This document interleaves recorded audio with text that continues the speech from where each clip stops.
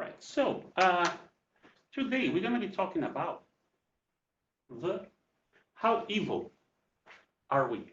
The raging of evil. Are we all good? I guarantee you we are not. For the very simple fact that we are here on earth. You know, if we were already good, perfect, this wouldn't be the school that we will need to be enrolled in to learn. We are learning to wash away our evil thoughts, our evil tendencies, filling it with goodness as we progress throughout the different incarnations that we have. So we're going to discuss how Spiritism sees or explains if we really are evil and if there's a solution for it. Okay? So what I'm going to start first, uh, sometimes we do something that we don't even recognize ourselves. Did I really do that? Well, we can have excuse saying that, well, the devil made me do it, right? Some other beliefs, they use this kind of explanation, all right, that the devil made me do that wrong thing. I didn't want to cheat on my wife, on my family. The devil made me do it. I'm going to go get an exorcism. Here in Spiritism, we see things a little bit differently, okay? And that's what we're going to discuss here today. In Spiritism, we always blame the obsessor. No, I'm just kidding. I'm just saying that we all find our excuses, right? Oh yeah, I was under, the influence of obsessor. That's why I cheated. No, no, don't come with that. We have to own our choices. But why do we make those bad decisions? Is it based on obsessor or is it based on the devil? Devil. Some of you guys were here last week, right? And last week I wasn't here. I come almost every Tuesday. I wasn't here last week, but I heard people saying that at some time this became a topic of discussion, you know? So let's talk about this guy here a little bit, the personification of evil. And we're gonna connect with the way we see that in Spiritism. Okay, I promise I'm gonna try not to bore you guys too much with this, but there is a historical context behind this guy here. First thing, did you guys know that he didn't get horns until over 1,000 years, from the Common Era? So before that, no one painted the devil or Beelzebub or whatever name we're gonna see with horns. They had different names. This one here is by the Brazilian cartoonist Laerte. Is a very funny character. So, starting with a quick explanation. Let's say devilish, I cannot pronounce that right, devilish entities or spirits we have on the recorded history since forever. As long as we have humans, we always believe that there were good gods and bad gods. There were the gods that if we do certain things, they're going to help us with rain, they're going to help us with food, and then other entities, spiritual entities that we couldn't see, that we blame on them for whatever would go wrong. Would be volcanoes, would be any natural disasters. There was always something invisible that we believe that was behind everything that was happening. Okay, so when any of the older religions started, usually the man has always this dualism, good and evil. So if there's a God, there must be an anti-God, okay? So let's talk about the roots of the three main religions that we have on the Western Hemisphere. Let's talk about the Abrahamic religions a little bit, where in Judaism, Judah is the one that came first with the name Satan. You guys probably heard that name before, right? Satanism, Satan, everything. But who was Satan as we look on the Old Testament, where we have the recorded history of the Hebrews, from that people? He's actually an agent that used to report to God, right? And was more of a metaphor, meaning evil inclination. At some point in the Bible, or on the Old Testament, it says that it prosecuted the nation of Judah. So you have Israel, you had Judah. It's a long history. We have Bible in another talk, right? In the heavenly court, and they would test the loyalty of Yahweh's followers. So the Jewish God had a name, Yahweh, right? So everybody should fear Yahweh. Did the Jewish people see that Yahweh was the God for all people? No, not necessarily. Let's try to think with the mindset of people maybe 3 to 5,000 years ago. Okay, we were not that clarify, or we didn't know what we know today.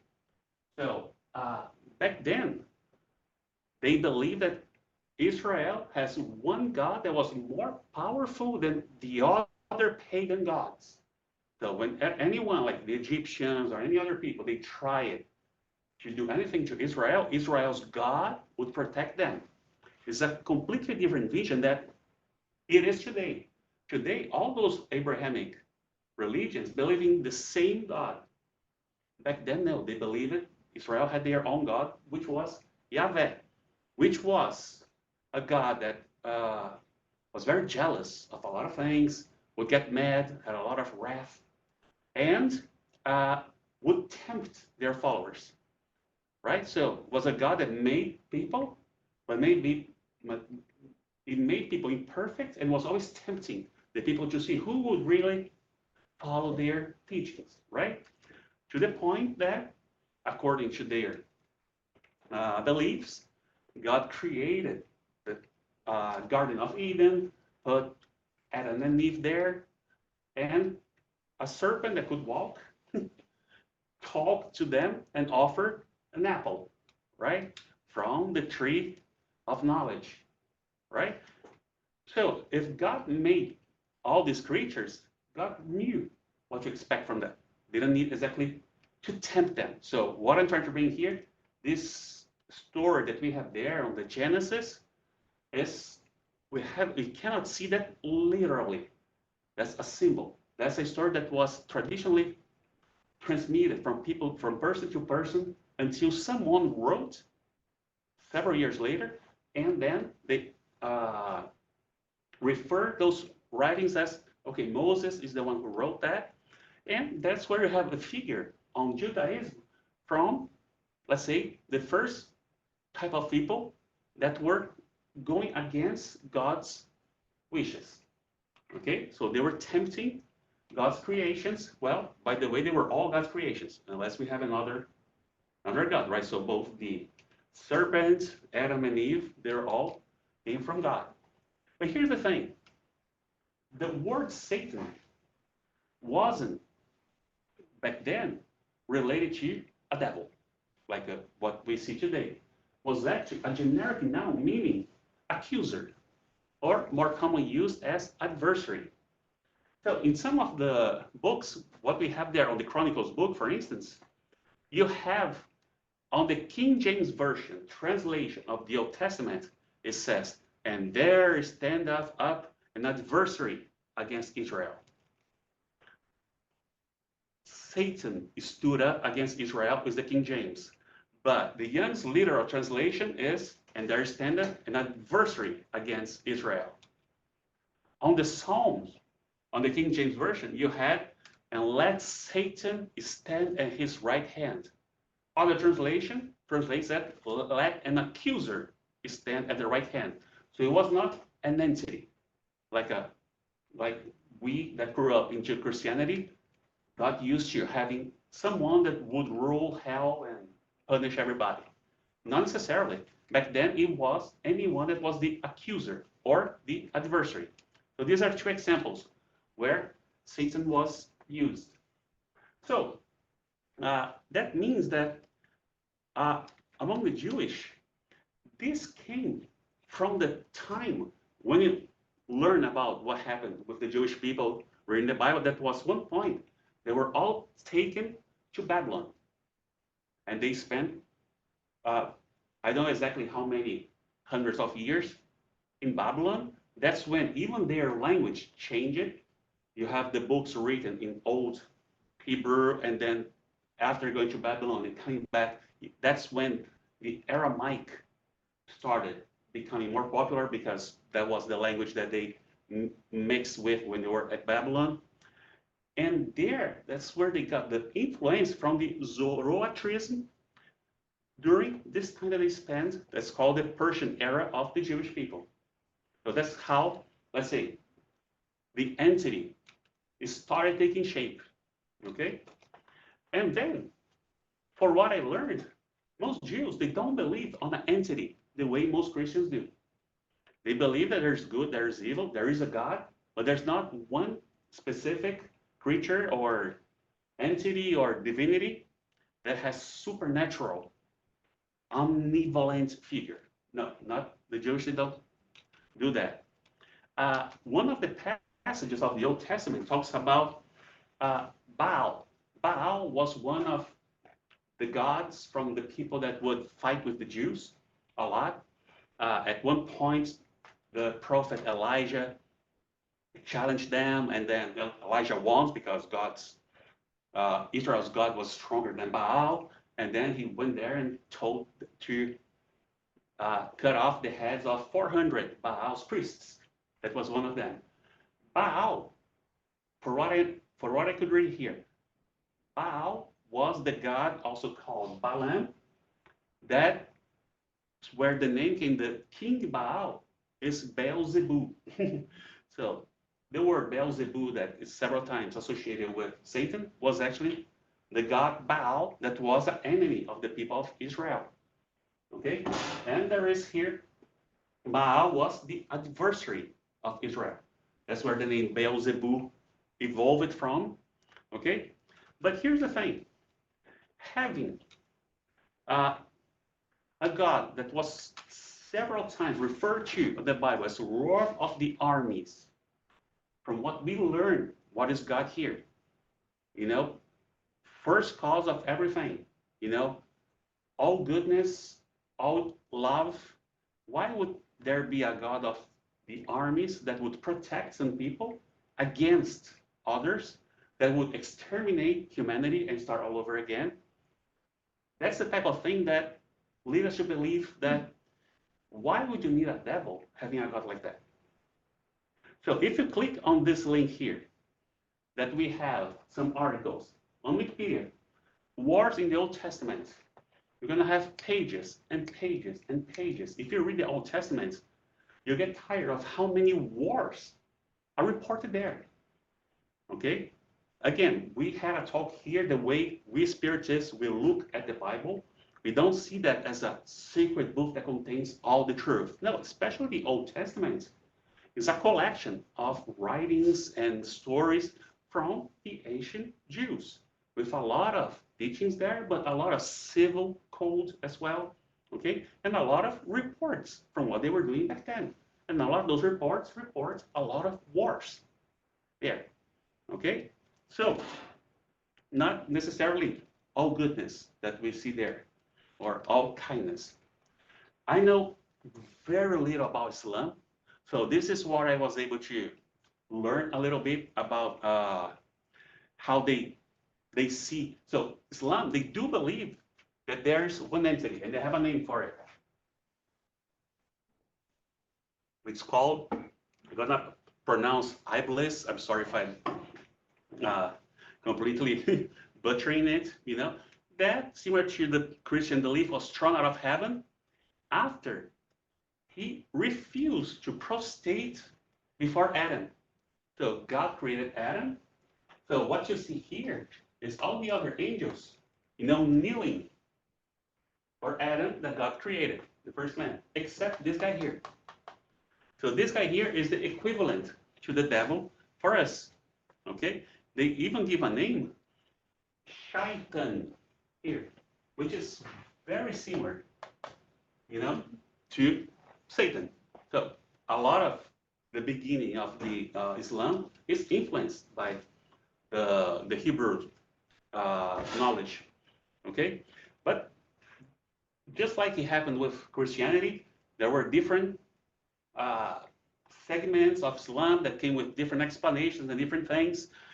There is one story that said that God created Iblis from the fires beneath the seventh earth. The only thing Iblis had to do was worship God for 1,000 years. And then after worshiping God for 1,000 years and finally came to the surface, God created Adam, but he refused to kneel to Adam. So then when he was condemned.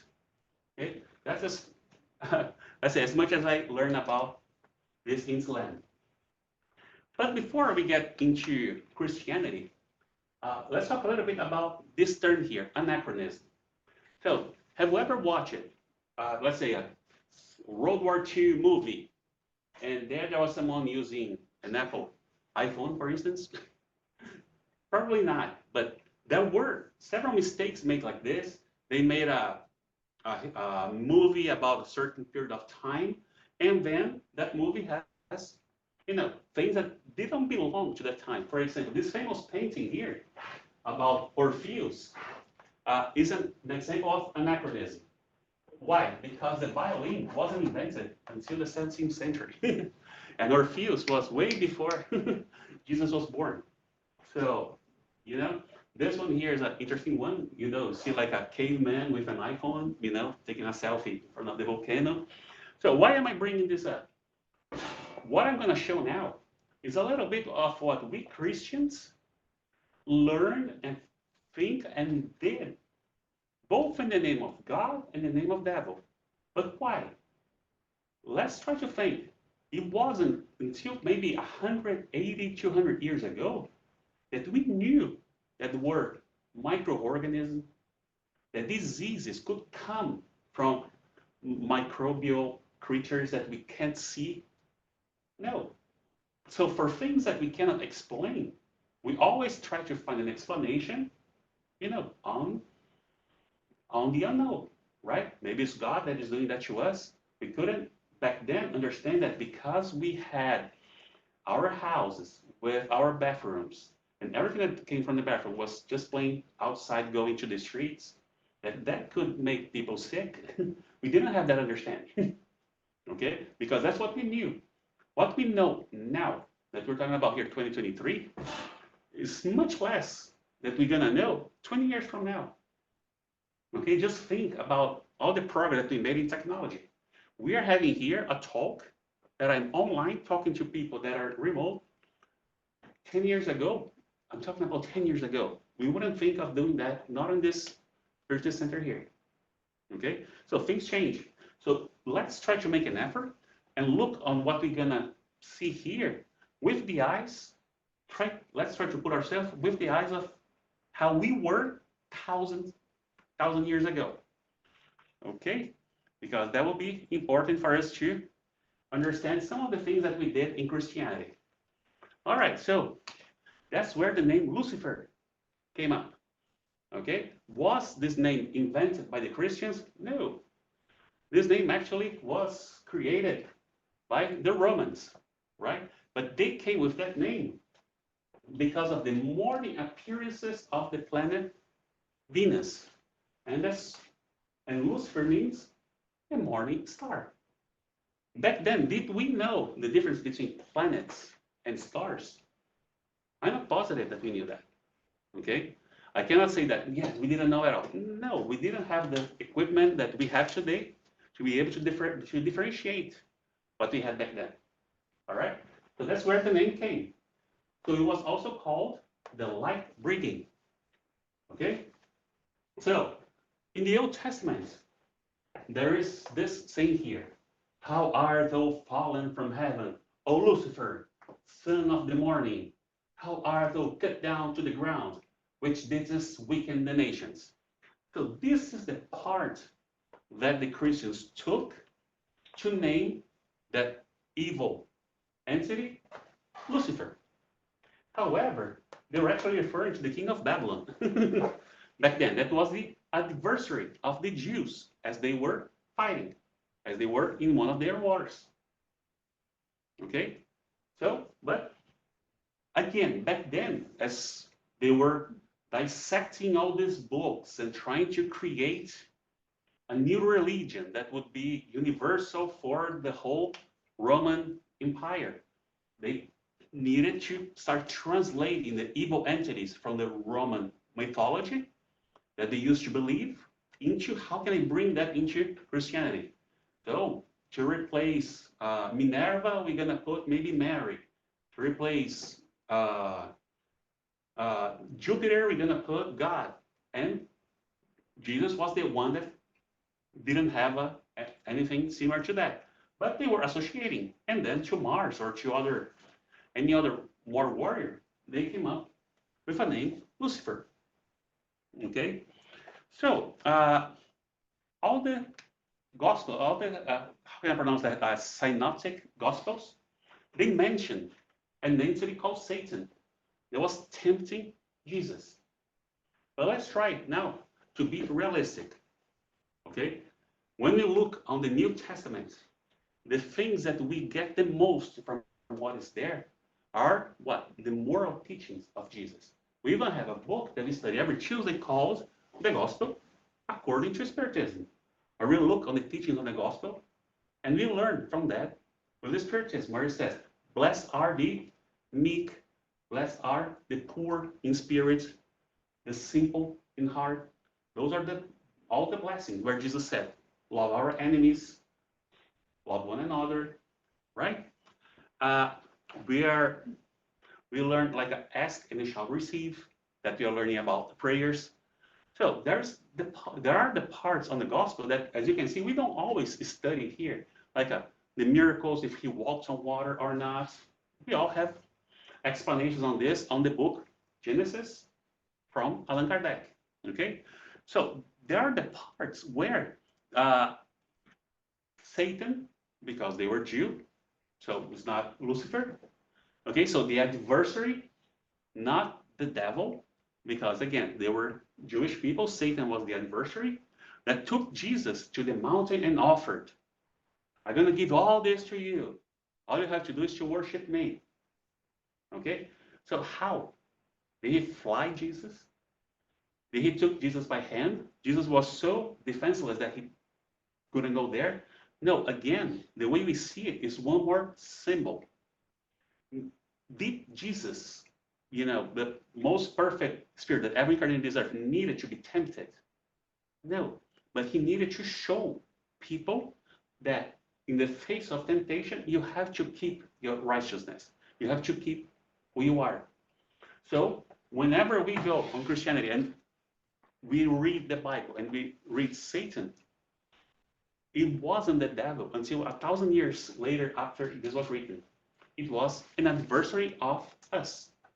Okay? Do we have those? Of course we do. Of course we do, both incarnated and discarnated. We have people that, let's say, don't like us very much, don't want our success for whatever reason, sometimes in the family, sometimes at work, sometimes it's our anniversary on our sports league. It's not always that every single person likes us, right? So we have on Spiritism, we understand that this can be both people that we see or people that we don't see. So if the adversary is trying to do anything to us, it's up to us to let them do that or not, to engage. We're going to take that later. So Christianity decided to name the serpent that offered the apple to Eve. They say that it was, or we used to say that was the devil. Okay, that offered. So all the temptations by the adversary that helped there. And then we reach the book of the Revelation. The Revelations is a very interesting book with a lot of symbolism. If you read and you try to go word by word on it and try to follow word by word, you're gonna go nuts. It's crazy because they even narrate a war in heaven. So imagine some of us read some books from Andre Luis that they needed to fortify Nosso Lar because there were a group of spirits trying to get there. So they needed, on the first book, Nosso Lar, they show when they needed to put the defense, magnetic defense. We're not talking about cannons. If you're magnetic defense, they would expel. those people that were trying to come and invade the Nosular colony, right? So here, he describes a war in heaven where the Archangel Michael will defeat the dragon. And they associated the dragon with the devil again. Okay? So, on the book of Revelations, Satan is what? A supernatural ruler of their main enemy. Back then, who was the main enemy of the Jews? Their rulers, the Roman Empire. Okay? So, again, we're not talking about a specific entity called the devil. So, let's try to be anachronic. Let's try to look on these things with the eyes that we had back then. Look what we Christians did in the name of God. Have you guys ever heard of the Crusades? The Crusades. The Crusades, they were 7 official crusades plus a bunch of other crusades where we Christians decided that Jerusalem or Israel was supposed to be Christian. So when we were in Europe, only Christians, we decided to put together an army of Christians, march all the way there, and take those cities, those sites for us, because that was supposed to be ours, right? That's in a very, I'm simplifying a lot of history there. That's how it started, because by the 4th Crusader, there were Christians killing Christians, because the Byzantine Empire had their own interests, the people from Venice, they had their own interests, so, it became more of a commercial route. But for a few hundred of years, in the name of the cross, we invaded and we killed a lot of people for the Crusades. So, this was bad. And then we came up with 600 years of Inquisition. In antiquity, if you try to look for instruments of torture, you're not going to find anything worse than what was created by our Christian church, where we Christians decided that no one else couldn't be Christian, or that everybody had to be Christian, right? And even if you're a Christian, if you're not following exactly what the church told you to do, you will be tried for it, but there was a trial, really. Like a lot of, when we talk about the Middle Ages, where you had the feudalism system, and you had a king with way less powers than the, how do you call that, of feudalism? The lords that would live on the castles, but more powerful than all of them were the clergy, or the church. They had the power. But again, they would get pests. They would get bubonic pests. They would get all those sort of things that they couldn't see why they would come. They didn't have the sanitation that we had. They didn't have Purell back then, right? So what they understood, okay, this is, supernatural. This is God punishing us, for instance. Or they would blame on the devil. It was doing that. So anyone that could be sick, they used to kill lefty people. See that? That's right hand. This is left hand. If you were born lefty, you were considered, a son of the devil. And in several cases, you would be killed because of that. Especially the women. The church always loved to blame everything on the women. When you see the Inquisition, the number of women that were tried for witchcraft surpasses 10 times the number of men. The number of men that were tried was because of science. Was, for instance, Giordano Bruno that said Earth is spinning around the sun. He was not even saying that Earth wasn't flat. He was saying that it's not that the sun spins around the Earth. It's the other way around. He was tried and died. Galileo Galilei, he decided to retreat and say, no, okay, maybe you Pope, you're right. So he didn't die. But he was the first one who said, no, actually, the Earth is the one spinning around the sun, right? So those were the kind of men that would be tortured, or the ones that would be seeing those things and saying something about it. The church tried to kill Martin Luther because Martin Luther saw the selling of uh, indulgences that were financing the church to build uh, their headquarters in Rome. They were selling those indulgences. The biggest one of them was the purgatory, right? Did you guys know that there's nothing about purgatory in the Bible? Nothing. That was created during this time here. Why? Someone from your family died. They don't go automatically neither to hell or to heaven. They go to this limbo here. Then what you do? You pay the church, they're going to pray, and then that spirit's going to go to heaven. Okay? And Martin Luther said that that's yes. So they tried to kill him. And then he got, to the Wartburg Castle and started translating the Bible to German because no one could read the Bible before. Only the clergy could read the Bible. It wasn't for the people.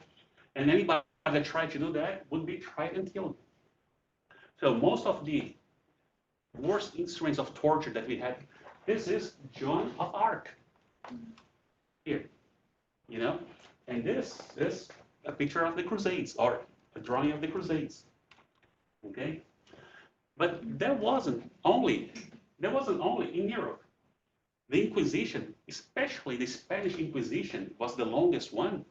Let's remember in history, the Iberia Peninsula was at one point taken by Arabs, right?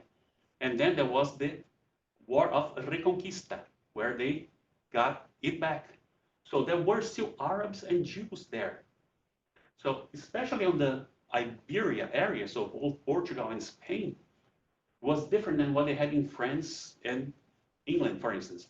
So their Inquisition was more to get rid of those Jews and the Arabs because of their religion. Not only because they had money and they had land. So they would justify taking their land because they are not Christians. So they would say, you're going to be Christian. No, no, I don't want to be Christian. I want to still be Muslim. Okay, they're going to try and kill you. So the Spanish Inquisition, the Portuguese Inquisition, was different than the other ones because the French Inquisition will never try someone that was Muslim because the Inquisition was only for the Christians. The Spanish decided, no, I'm going to do my own. So that's how we were doing things in the name of God. So have you ever guys heard about the Salem, the witches of Salem? I don't know how to pronounce that. Yeah. So just look it up, and you're gonna see how 19 people were tried and killed in the name of God, right? Again, I'm just bringing some facts here, things that atrocities that we did, thinking that we were helping anything. And look up on the wars of religion, especially in France, the night of Saint Bartholomew. This night, so we know that Germany has a very strong Protestant base. That's where Martin Luther King was. We know about Switzerland. We know about England. So France, during that time, even though the power was with the Catholic families, there was a major movement of Calvinists that they were called the Huguenots. And because they were both Christians, but one followed Rome, the other one didn't, there were numerous wars about that. The night of St. Bartholomew, in a nutshell, the most important figure on the Huguenots, so the Protestants in French, was going to marry a very strong person that was Catholic. Why did they do that? Because since this person is very important for the Huguenots, all the leadership of the Huguenots would go there, right? They would go there for the wedding. So now we got everybody here. What did the king say? Get rid of everybody. And that was on the eve of the St. Bartholomew Day. So Catholics were basically killing all the Huguenots because they were Christians, but they were not following the church or the Catholic Church. That's the things that we did. So seriously. And I have a link here for what the popes did. And when we talk about some of the things that our popes did, it's really, really impressive. Let me see if I can read one of them here. And I'm having a hard time navigating. So I'm going to pick one of them. Pope John 23rd. It was 1410 to 1415. Was called the most depraved criminal who ever sat on the papal throne.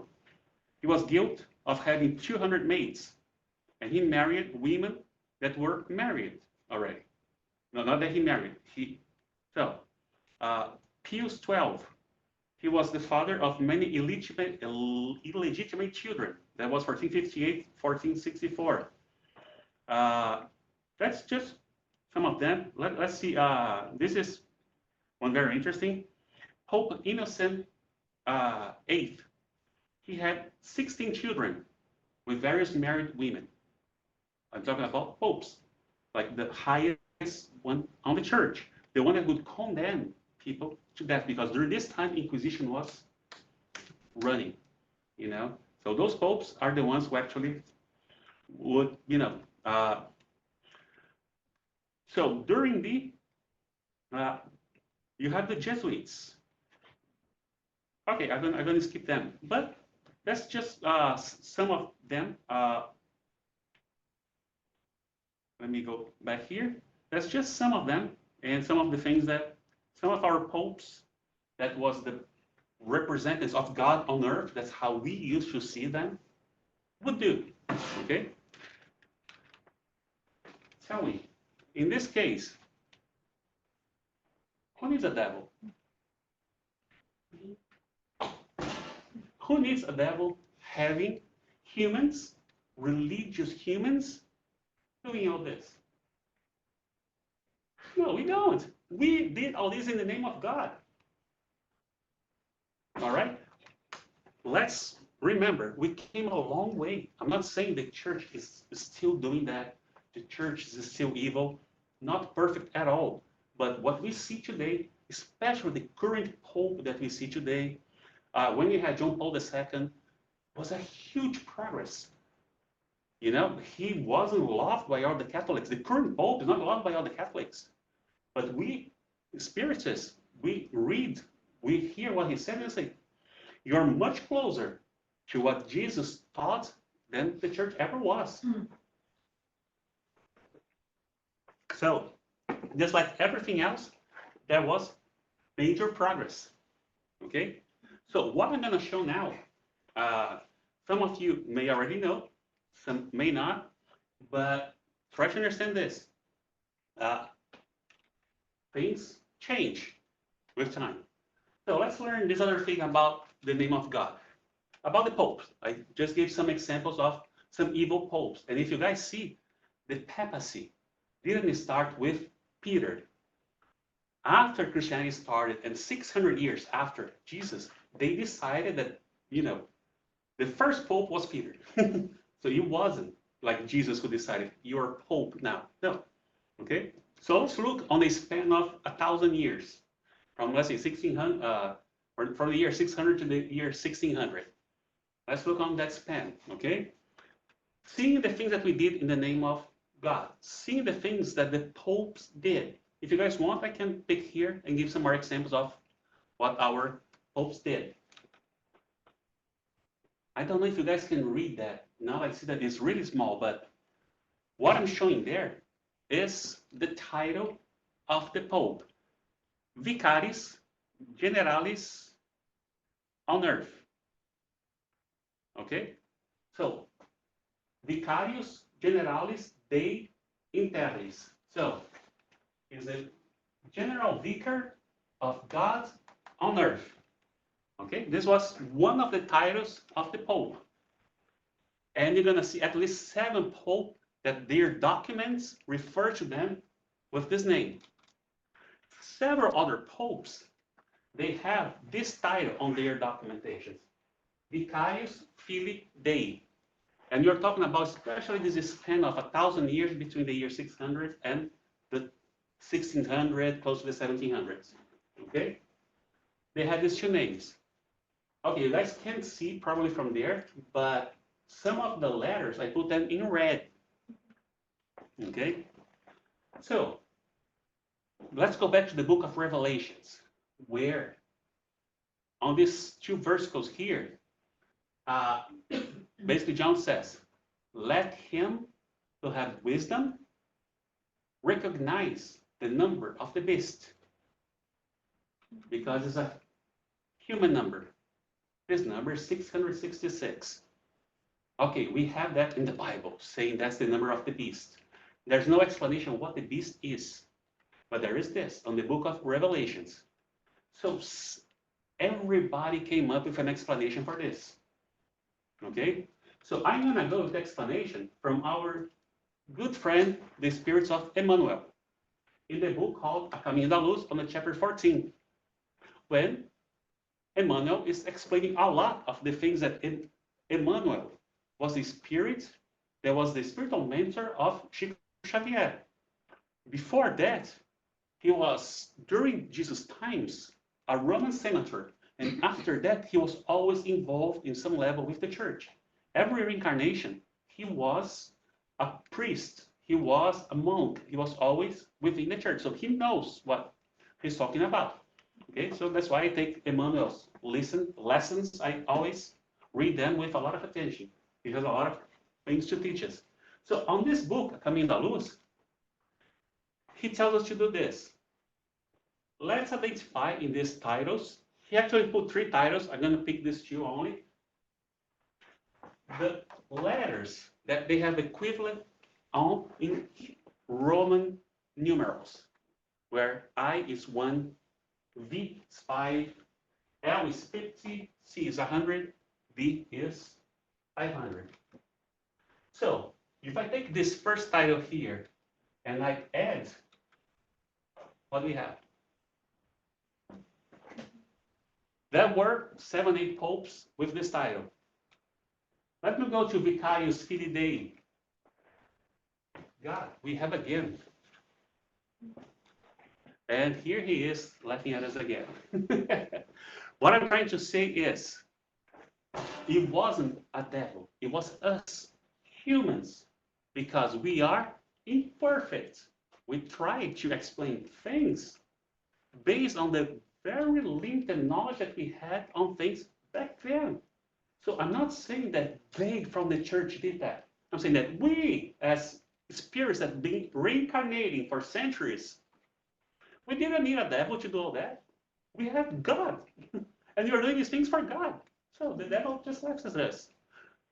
Let's make it clear. I'm not saying the Pope is the devil. I'm saying that all those evil popes in history, maybe they were the ones that the Revelations book was warning us about. This week about the Inquisitions, the Crusades, and this type of things. Okay? So we have the A Caminho da Luz here. This book is not in English yet. We are trying to, as far as I know, if anybody knows any different, let me know. Because I already asked about this to our Spiritist Federation. They say, no, some books, we don't have the license to translate yet, like O Consolador, and this is Pathway to the Light. That's the name of the book. We don't have the one in English. So what were we doing back then with the church? We are reigning. Why do we have the devil? Because we use fear to control what we need. We use fear to educate our children several times, right? As we evolve, we've learned how to better do it. As I was young and my parents would, I don't know, tell me something, a story about Cuca or Bicho Papão or anything like that that would scare us, you know, then we would behave. Or the man with the man of the sack, yeah. Or stuff like that, right? That would scare us, you know. So we would behave, right? But that we do with our children.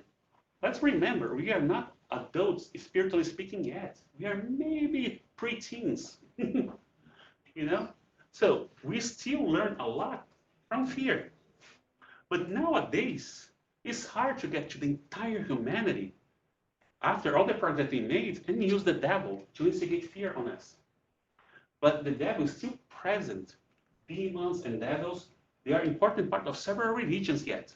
And I'm gonna tell you, I've been with Spiritism. I'm 51 years old, so I'm probably Spiritist for 52, if you count my mothers.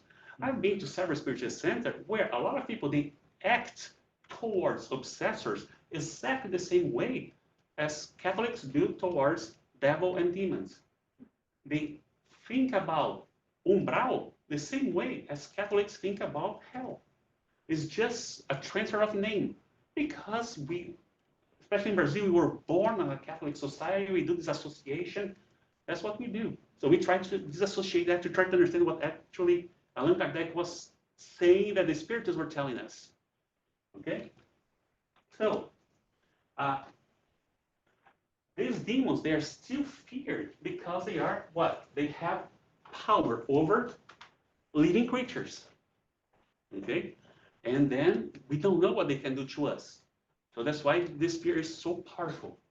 But to this day, the power through fear is still used in many segments of society. Let me give an example. We just saw the religion, especially during the Middle Ages, that anything that you could do, you could either go and be burned alive, in fire, or you will basically go to hell and burn for the entire eternity. So the people would believe that, right? We have, especially here in Austin, if you work in the tech sector, fear of losing your job, right? That's one fear that is very serious. So a lot of bosses, they take that into consideration to control their employees. Okay, you want to organize a union? You're all going to lose your job. Oops, I back out. Or not. What I'm saying is things are changing. When I look the way things were when I started as intern and the way things are now, there was a lot of progress. But there's still this thing that we are afraid of losing our job because we have our bills to pay. So our bosses sometimes may take advantage of that, right? And may control the way they want, not saying that all the leaders are like that, but that still happens, okay? And especially every 4 years, politics. Most of the politics advertisement, I'm not talking about specifically about the politics, the politicians themselves, but especially the supporters, is way more blaming what the other side will do. If they win the election, this gonna happen. No, but if they will win the election, this gonna happen. So a lot of people, they vote for this party in fear of what that party will do. More than anything else. Is it these days? No, it's been like this forever. It just changes what you're afraid of, depending on what's the hot subject on the election. It could be the Cold War. It could be a dictatorship. It all depends on what we need to do. And here's the thing. Having fear is not wrong. The people that are misusing other people's fear, those will be responsible for what they're doing. They are gonna have to pay. And it's not gonna be cheap. It's gonna be bad. So let's not, if we have the opportunity to use fear from other people for our own gain, for our own advantage, let's not do that. That's just plain wrong. Okay? All right, so real quick, what is Spiritism telling us about that? So, first questions. Spiritist, okay, let's remember, this is the Spirit's book. This is the book where Allan Kardec would make the questions and the mediums would write the answers, okay? Not the mediums were writing, like saying what the answer is. They were channeling the answers from the spirits, and on the Spirit's book, mostly from the spirit that said that I am the spirit of truth, okay? So when Allan Kardec asked it, do demons, as commonly understood, exist? Well, if they existed, the demons are our brothers and sisters, right? Because they are also God's work, unless there is another God. No, there's only one God, so they were created by God as well. Yeah, so would it be just from what I understand from God to create any creature different, better, or worse than the others. Create angels perfect, that's, they don't have to suffer.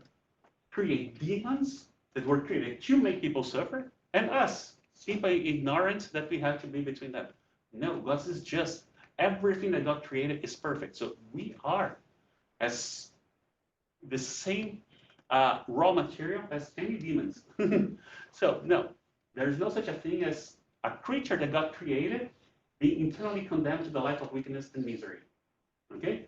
But if they exist, is in our low world or any other similar degree. Low world is what?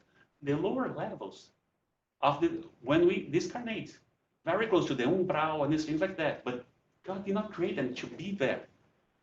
Those spirits are there because of the choices they made, because the choices we made several times. We probably spent a lot of time on those words to be able to be here now, because we made several mistakes before. So, if people who represent God and being cruel and vindictive, that's what the Spirit is saying, not me. They are hypocrites. No, we cannot believe that God is just and believe that God created demons. So, then now Kardec, right after the question, explains that the word demons should always be understood indicating impure spirits. Okay? They are not better than the imaginary things that we think, but they are spirits. They are just, they still have to evolve. They may be extremely smart, intelligent, but they have to morally grow, to evolve morally. Okay? Because of the Spirit said, the impurity is always temporary. Every single spirit will evolve. Every single spirit has the potential to become perfect. Okay? So, Satan is the personification of evil in a metaphorical form, because it is impossible to admit the existence of malicious beings fighting God and whose sole aim is to thwart God's designs. Okay? Let's put this on the context. We are talking about the 1860s, where France was being ruled by Napoleon III, a big ally of the Catholic Church. You understand why they burned this book everywhere? And every time they would burn the Spirit's book, they would print more and would sell out quickly because of this type of thing. No, the church was using hell and the devil to put fear on people and, of course, control them. And then the spirits came and said, no, it's impossible to admit the existence of that. Okay? So, on the book, Our Daily Bread, that is here. This book from Emmanuel, it brings always excerpts from one of the Gospels. So, here's what Jesus said at John chapter 6:70. Have I not chosen you, the 12? Yet one of you is a devil, not the devil. And then Emmanuel tries to bring us, okay, what did Jesus mean with that? Because on this part, everybody, on this part of the gospel, everybody was asking Jesus, or Jesus was explaining to them who Jesus actually was. Okay? So each human presents a certain percentage of diabolical expression in the inferior parts of our personality. Satan symbolizes then the force that is contrary to righteousness. So did Jesus know that Judas was fallible? Of course. But without Judas, Jesus maybe wouldn't be able to fulfill the task and prove the word to the world that death doesn't exist. He was arrested. He didn't kill anybody. He could. He knew how to control all the fluids on the universe. No. When Peter, one of the Gospels says, got the sword and cut off the ear of one of the soldiers, Jesus said, put back your sword, because those who kill by the sword will die by the sword. Don't you think that if I wanted, I would just ask God to send the army of angels and would release me? No. And killed that soldier. And then Jesus was arrested, tried, condemned, and put on the cross. And then 2 days later, he just shows up there. Hi all. Right? So without dying a death like that with only 11 people believing him and becoming the most important figure in the entire history of humanity, he wouldn't be able to do that if Judas wouldn't help being a weak spirit. Okay? So, here's what Emmanuel, was finally telling us. When the individual discovers this in his own vast world, the individual understands that the evil, combats it, and avoids his intimate hell. Intimate hell. Develops the divine qualities that elevate him to a superior spirituality and him/her. Okay? So here's Emmanuel, a message that Emmanuel brought to Chico Xavier, explaining to us, okay, the hell is inside of us. We create our own hell. As we read more and more about on the spiritist literature, and we see how people are tormented after they die by their own guilt, by their own conscience, right? So, and then Kardec asks, okay, how can we distinguish between good and evil? Well, that's a simple one, right? Good complies with God's law, and weakness, so evil, diverts from it. Therefore, to do the right things is comply with God's law, and do wrong is to violate that law. That is as simple as that. And then, yes, okay, but even knowing something as simple, do humans have the means to distinguish good from evil? Yes, when we believe in God and truly wish to do what is right. Truly wish to do what is right. Did we ever wish to do what is right and we did wrong? Several times. We think we're doing the right thing. Let's think, my parents really messed up with me that time of, because they wanted to, or because they thought it was the right thing to do. Now I'm a parent. Is everything that I do to my son the right thing? No, we never know.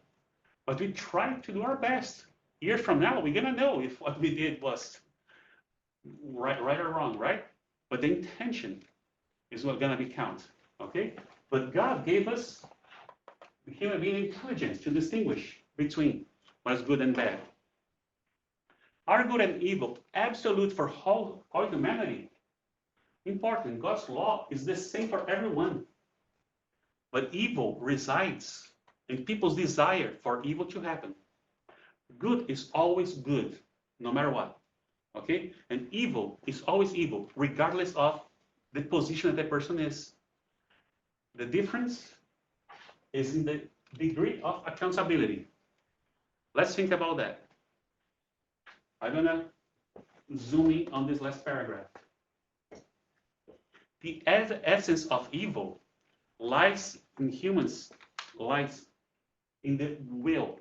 Therefore, humans are more or less guilty according to the awareness of their own actions. Okay? If I'm doing something wrong, knowing that it is wrong, is different.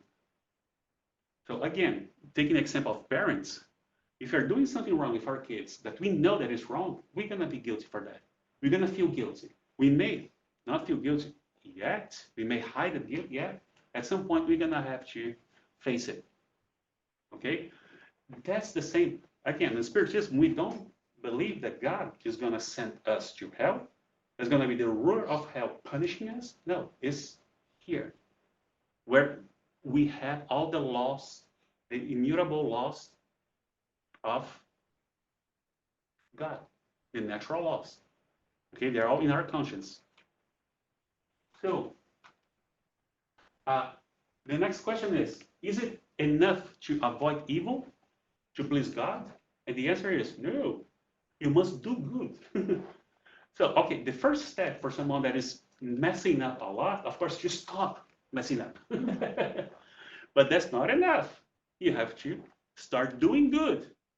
So let's say there is this criminal person that for whatever reason became a criminal and they feel pleasure on doing crimes. Stopping doing crimes is the first step. The second step is to do something good. Okay? Are there any individuals incapable of doing good? There is no one who cannot do some good. only the selfish find no opportunity in doing so. What's the root of all evil, according to Spiritism? Selfishness and pride. Everything else that is bad comes from that. Okay? The root of all evil comes from selfishness and pride. Okay? So, if we are not doing good, the root is going to be this. So, one more book here from Givaldo Franco, a book called Beyond Death, Além da Morte. Just a couple more reasons here. Convenhamos, I translate it with, we also share the belief that no soul is inherently destined for evil. Instead, evil is merely a manifestation of the absence of good. Okay, so here's the first that we're seeing this. It's not that there is such a thing as evil and good that's just completely separate. No. One thing is the lack of the other. On this book, Action and Reaction from Andre Bastos, the mentor that was teaching them called Silas, they were helping a very tormented spirit. They were visiting a discarnated person that, believed that it wasn't my fault that I did this, that I did that, was very tormented, even though it was their fault. And Silas was explaining, good is the explanation of light. Evil is condensation of shadow. Good is the light that frees evil. No, good is the light that frees. Evil is the darkness that imprisons. In other words, evil can be understood as the absence of good, analogous to how silence is the absence of sound, and darkness is the absence of light. So basically, very simple, evil is the absence of good. Whoever is still doing evil is because they're not good yet. They will. Any evil that we do is temporary. We're gonna overcome it. If we believe in God, if we follow the golden rule that applies to all religions, right? Love your neighbor. If we follow what Jesus told us to even try to love our enemies, do to others as we wish they would do to us, we're going to overcome this darkness. It's an exercise. It's not easy. Okay? So darkness is the absence of light. So evil is the absence of good. So with this, I want to show this beautiful picture here of the most beautiful light that we have here as soon as it sets, right? I want to thank you guys for your attention tonight. Thank you.